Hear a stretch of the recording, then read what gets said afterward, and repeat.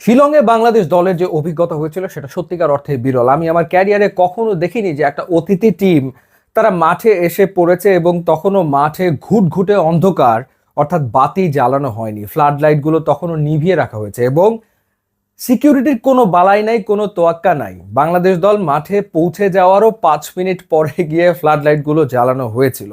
ঘটনা যেটা ছিল সেটা হচ্ছে যে 25শে মার্চ শিলংয়ে বাংলাদেশ এশিয়ান কাপের বাছাই পর্বের ম্যাচে মুখোমুখি হয়েছিল ইন্ডিয়ার। যেহেতু ওটা প্রথম ম্যাচ এবং শিলং যেহেতু অনেক উঁচুতে পাহাড়ি এলাকা, বাংলাদেশ দল গিয়েছিল সপ্তাহখানেক আগে সেখানে কন্ডিশনের সাথে মানিয়ে নিতে এবং সেখানে গিয়ে আয়োজকদের বাংলাদেশ অনুরোধ করে একটা মাঠের ব্যবস্থা করে দিতে, যাতে করে বাংলাদেশ ওখানে অনুশীলন করতে পারে। এবং এই জন্য কিন্তু বাংলাদেশ ফুটবল ফেডারেশনের পক্ষ থেকে আসলে টাকাও দেওয়া হয়েছে। এরপরে যে মাঠটা দেওয়া হয়েছিল বাংলাদেশ দলকে, যেটা আসলে টিম হোটেল থেকে বেশ অনেকটা দূরে, এবং ওই মাঠে মূলত আসলে কোনো কলেজ টিমও প্র্যাকটিস করতে চাইবে না বা যাবে না, কারণ এতটাই অ্যাব্রো থ্যাব্রো একটা মাঠ এবং যেই মাঠে প্র্যাকটিস করলে ইনজুরিতে পড়ার সম্ভাবনা রয়েছে, সেই মাঠেই বাংলাদেশ আসলে প্র্যাকটিস করেছে। এরপরে মূল ভেন্যু যেখানে খেলাটা হলো, সেখানে ইন্ডিয়া টিম পরপর 3 দিন অনুশীলন করে গেল, আর বাংলাদেশকে অনুশীলন করতে দেওয়া হলো ম্যাচের ঠিক আগের দিন। এবং ইন্ডিয়ার প্রত্যেকটা সেশন হলো ক্লোজ ডোর, অর্থাৎ সেখানে কারো প্রবেশাধিকার নেই, সাংবাদিকদেরও প্রবেশাধিকার নেই। অথচ বাংলাদেশের প্রত্যেকটা সেশন ছিল ওপেন, যেখানে সবাই গেছে, দেখতে পেরেছে। এই ঘটনাগুলো ঘটিয়েছে আয়োজকরা, কারণ একটাই, তারা বাংলাদেশকে হারাতে চেয়েছে। কিন্তু লাভের লাভ আসলে কিছুই হয়নি। মানে এইরকম অসহযোগিতা করে যাওয়ার পরও ইন্ডিয়া কিন্তু বাংলাদেশকে শিলংয়ে হারাতে পারেনি। সেই ম্যাচটা গোল নীল আসলে ড্র হয়েছিল।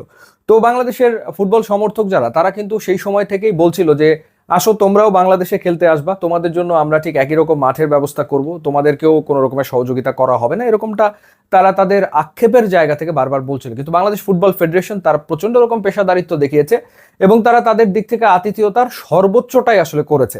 প্র্যাকটিস ফ্যাসিলিটিস থেকে শুরু করে, হোটেল থেকে শুরু করে যাবতীয় সুযোগ সুবিধা তারা নিশ্চিত করেছে অতিথি দলের জন্য। তাদেরকে কোনো বিড়ম্বনার মুখোমুখি হতে হয়নি, যেমনটা বাংলাদেশ দলকে বিড়ম্বনার মুখোমুখি হতে হয়েছিল শিলংয়ে গিয়ে। তো মনে মনে তো সেই আসলে আক্ষেপটা ছিল বাংলাদেশের ফুটবলারদের। হামজা চৌধুরীর ক্যারিয়ারে এরকম ঘটনা এর আগে ঘটেছে বলে আমার মনে হয় না, যে হামজা একটা মাঠে অনুশীলন করতে গেছে সন্ধ্যার সময়, অন্ধকার হয়ে গেছে এবং বাতি জ্বলছে না, অন্ধকারের ভেতরে হামজা চৌধুরী দাঁড়িয়ে আছে। সেই অভিজ্ঞতাও তার শিলংয়ে আসলে হয়েছিল এবং তিনি রীতিমতো অবাক হয়েছিলেন এই ঘটনাটাতে। প্রত্যেকেই আসলে প্রচন্ড রকম অবাক হয়েছিলেন যে এরকমটা আসলে কেন করা হচ্ছে তাদের পক্ষ থেকে, কেন বাংলাদেশকে প্রপারলি ট্রেনিং ফ্যাসিলিটিস প্রোভাইড করা হচ্ছে না। বাংলাদেশ সবই করেছে, কিন্তু সেই জেদটা ফুটবলারদের মাঝে ছিল তীব্র রকম ভাবে, এবং সেটার প্রতিফলন আপনারা দেখেছেন ম্যাচের শেষে। এই যে তাদের এইরকম প্রতিফলন হয়েছে, দুটো কারণ ছিল। এক হচ্ছে 22 বছর পরে বাংলাদেশ ইন্ডিয়াকে হারালো, এবং দ্বিতীয়ত হচ্ছে শিলংয়ের ঘটনা প্লেয়াররা মনে রেখেছে, তাদের সাথে যেটা হয়েছিল ওখানে সেটা তারা মনে রেখেছিল, এবং তাদের ওই জেদ ছিল, তাদের ডিটারমিনেশন ছিল যে তারা আসলে যে কোনো মূল্যে যেভাবেই হোক না কেন ইন্ডিয়াকে মাঠে হারাবে। মাঠে হামজা, সমিত, জায়ানরা প্রতিশোধটা নেবে, এবং তারা সেই প্রতিশোধটা আসলে নিয়েছে একেবারে সাকসেসফুলি। এবং বাফুফে তাদের দিক থেকেও কাজটা কিন্তু ঠিকই করেছে। তারা তাদের পেশাদারিত্ব দেখিয়েছে।